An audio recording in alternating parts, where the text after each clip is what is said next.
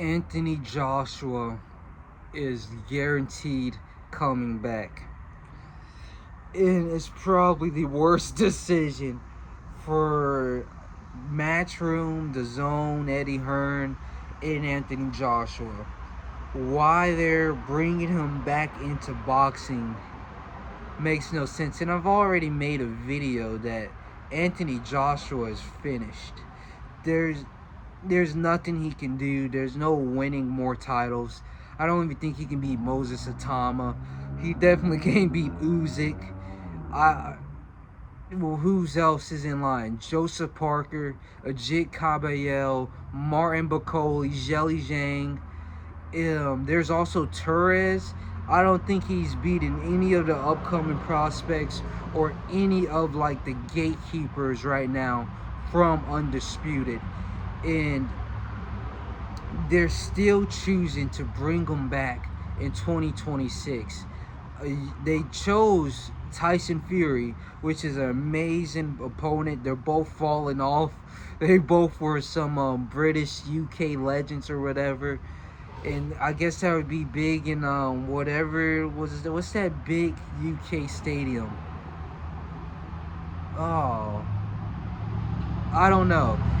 That huge arena that they're always selling out in. It was Conor Ben and the other guy. And back to Anthony Joshua. They wanted a tune-up fight for him, which was supposed to be Jake Paul, but something ended up happening. I don't think they disclosed it. Maybe there's an interview somewhere out there with Eddie Hearn talking to like Fight News or Boxing News or something like that, explaining the situation, but I haven't seen anything explaining why the Jake Paul fight fell through. And then Jake Paul goes and fights Gervonta Tank Davis.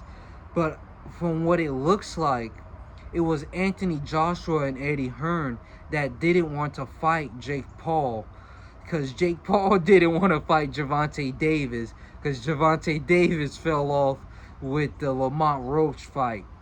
And now Anthony Joshua is left with no opponent, but still expected to come back in 2026 against Tyson the Gypsy King Fury.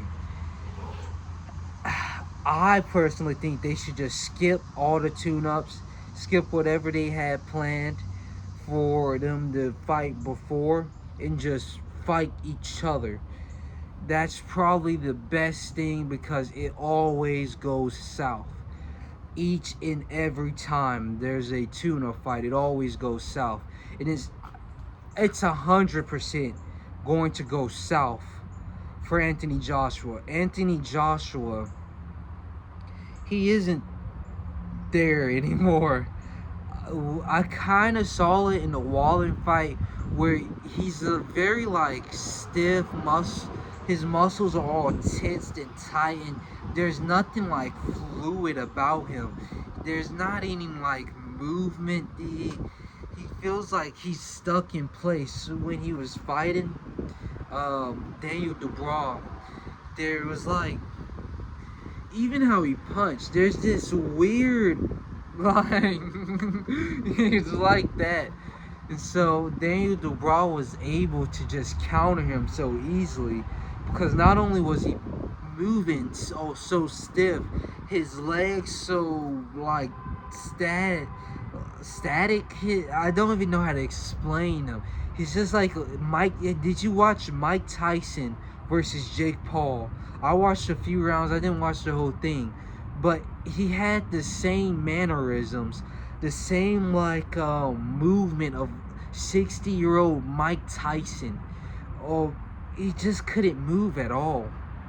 And I don't know what's gonna change with more time out of the ring. Maybe it's too much muscle built, or I don't even know.